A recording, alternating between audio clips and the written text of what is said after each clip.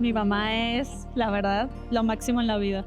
Gracias a ella logré hacer todo que ellas nos dieron, todo lo que ellas tenían. Mi mamá siempre fue muy leal y muy honrada. Extraño el estar contigo, extraño el que me abraces.